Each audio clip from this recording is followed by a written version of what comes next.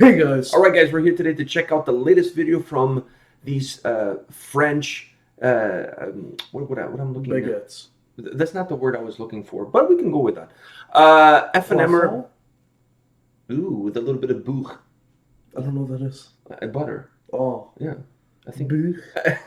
I don't think that's butter in French. I don't think I'm pronouncing it right, but I think that's butter in French. Beurre? What?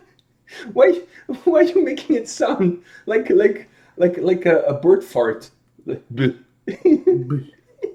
like... Would you like some beurre? On your croissant? Hello, monsieur, would you like some beurre on your croissant? Wow, your French accent is pretty good, I must say. And you didn't use les enfants. I'm definitely surprised that you didn't use les enfants, but I did, because that's pretty much the only thing I know how to say. Which is pretty bad. Which is pretty bad. I know it's really funny. Bad. I took so many years of French, but the only thing I can, pin down is the accent. Not even the actual words. So let me ask you this: when you were having French classes, did you use the French accent during French classes? Because that would be hilarious, You didn't. That was a missed opportunity. No, because I'd say all the words both like an Americanized. Oh, that's horrible. Yeah, I know. That's horrible. I would do that on purpose, though. Oh, damn it. All right. Anyways, we're here to check out the latest video from Aephanemer. I believe I'm pronouncing the name right. The Sovereign. Like I said, we've done on the channel this band before. We did Bloodline. That's the video that we did from these guys, but a while back. I can't even remember exactly when we did it. But they have a new video called The Sovereign. They signed to Napalm Records, so congratulations to them. Napalm Records always picking up great bands. Yeah. And one more thing, one more little caveat. These guys are going to be touring in Canada, not North America, just Canada, with Alestorm. Together with Alestorm, which is kind of weird because one is like folk pirate metal and these guys are melodic death metal. So like the two are not necessarily like... One of these things just doesn't belong to. Yeah, one of these is just not like the other. I must admit. So it's kind of a weird dynamic that these two bands are going to tour all across Canada. They have 2 shows in the month of November in the city of Toronto on Thursday and Friday, back-to-back nights at the Opera House. And guess what? Are 19 and over. Yeah, both shows are 19 and over. All right, so are you ready for this? The Sovereign? All right, let's do this.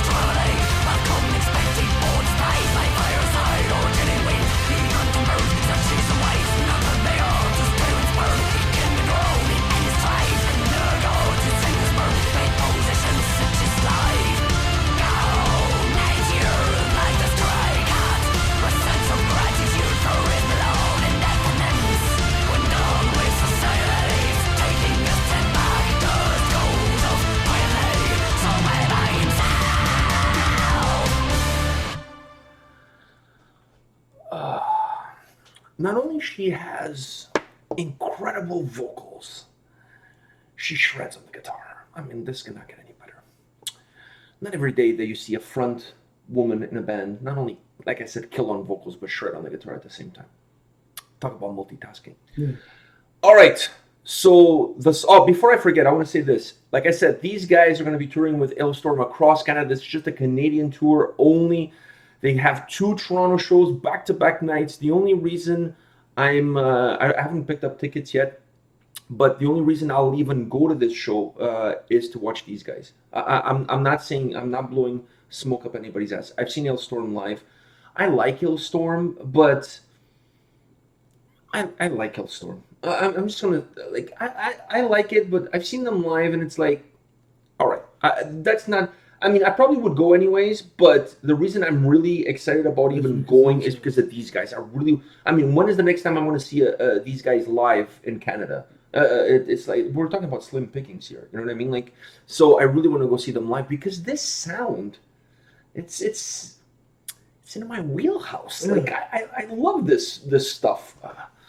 All right. So what did you think of The Sovereign? I mean, you put the other song on my Bloodline. Yeah, you put that one on my phone, and I've listened to that one. That one was really good. I never knew, like, I didn't know when we were gonna do another video from them.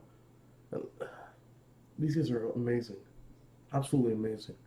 Like, I wish I could go to the show, but it is what it is. Obviously, like. Half of the shows that you go to like how many shows a month? On average, maybe about like 9, 8, 9. And I 9 shows a month. I go to 9 shows a year. So it is what it is. Like in a couple of years, you'll be able to go to more shows. So you just gotta wait. You gotta be patient, young Padawan. It's hard to be patient. I know. But having said that, you've gone to some shows this year that you were not supposed to. All right. So what did you think? Like the video is what it is. I enjoyed the scenery of the video. The video was But to me, the video is irrelevant. I mean, the video, honestly, this is one of those videos they could have a woman there jumping around, dancing with toilet paper. No. Okay, maybe not. Maybe that's pushing it too far. Okay, that's pushing it too far.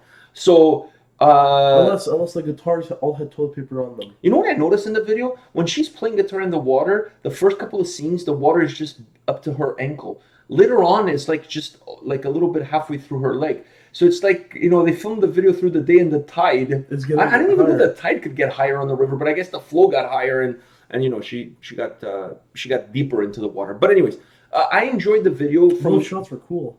Some of the shots are really cool, especially those from upwards and stuff. So the video is what it is. To me, the song is more important than the video. The video is nice. The scenery is nice.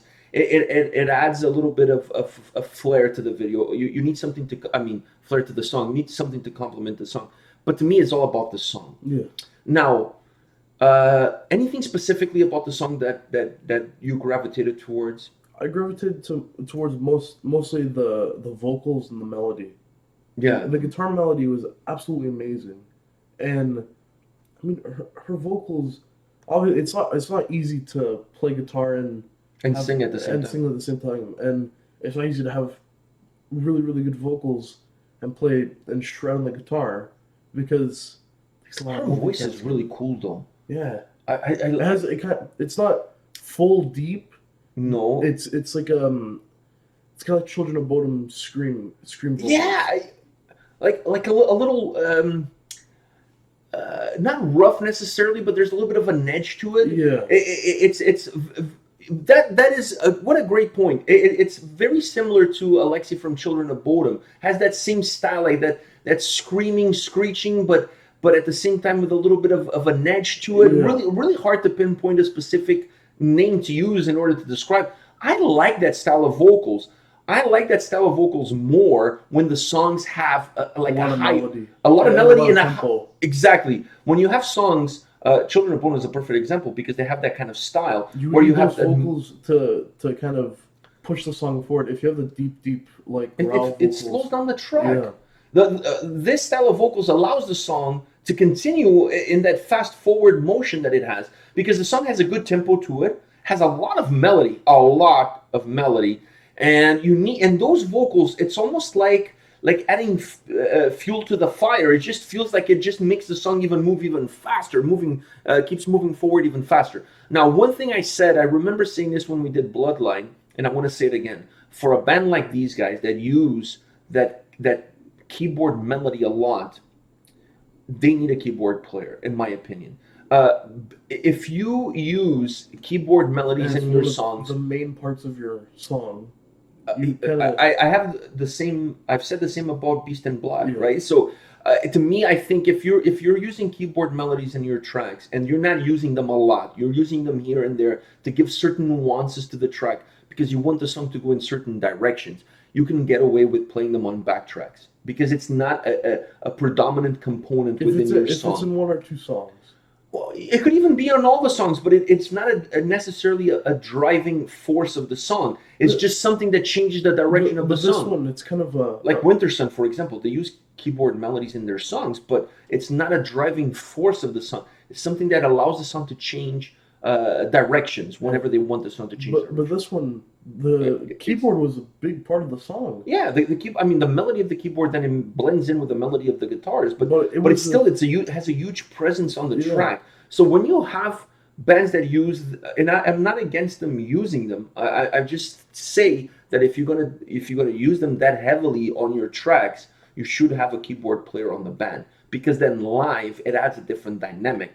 Because you're not playing them on backtracks during a live performance, you actually have somebody playing the keyboards live. So bands like Frostide, Children of Bodom, who have very similar sound as these guys have, they use they have a keyboard player, and I feel that adds a different dimension. I'm not talking about the studio side of things because on the studio you can do kind of like whatever you want, but I'm talking about on the live setting. On the live setting, it adds a different dimension. It creates a different volume. It creates a different presence. It doesn't feel manufactured. It feels more organic. The sound feels more organic. So I said that when we did Bloodline, and I'm reiterating what I said, that I think that obviously easier said than done. They're probably like, if we could have added a keyboard player, don't you think we would have done it? I know perhaps but there are a lot of keyboard players out there. Exactly. I mean, perhaps easier, but once again, perhaps easier said than done, right? So it doesn't take anything away from the quality of the track. It doesn't take anything away from the music. But to me, it's in the live. It will add something, and it's in the live setting that really plays a predominant role. It's in that live setting because once you have that live and you have the keyboard player live, it just makes the songs have more volume. Battle Beast has a keyboard player because they use it a lot. Yeah. Like, you know what I mean? So certain bands have them, certain bands don't. Like I said, perhaps it's not an easy thing to have or to find the right person to mix with that right sound. I understand it, but it adds something. It adds something. And not using it doesn't take it away. It's just using it adds something to it. That's all I'm saying. Yeah. Because this track was absolutely magnificent. This was magnificent. And the keyboard in this track, like, plays a huge role. It does, and it's amazing. It is amazing. I wish, if live setting, I would want to see. You want to see him play? I want to see him or her play. Him or her like tip over the keyboard and start. Exactly. That's my point. Exactly. All right, guys. This is it for today, I guess. Yeah. This is it for today. And now, if you're in Canada, you can go see these guys with Alestorm. You can drink your beer. You can ho ho ho. You can do. I don't know if Pirates do. Do they ho ho ho? Oh yeah, yo ho. Yo ho ho. Yeah. Ho ho is Santa. I get them confused. They have a lot of similarities. Oh, they have a lot of similarities. The beard. Like a little bit like hefty. You know what I mean? Santa gives gifts. They take shit. Yeah, exactly. There you go. They pillage and plunder and all of those kind of things. Anyways, if you're in Canada, check out their Facebook page. Check out Aephanemer's Facebook page. All the dates are there. They're playing all across Canada. They're starting in the East Coast, working all the way to the West Coast. Like I said, 2 shows back-to-back nights in Toronto. The following night, they're playing in London, Ontario, which is not too far from here. It's like about 2.5 hours from here. So they're playing all over the place. They're playing in Ottawa, Montreal, Quebec City. I think they're playing also like in all sorts of different places. They're really like going all over Canada. So if you're in Canada, you don't want to miss a chance to see these guys because I'm telling you, you're not going to get another chance anytime soon. I know I'm not. All right. So on that note, come back tomorrow. We'll have more videos for you. See you guys. See ya.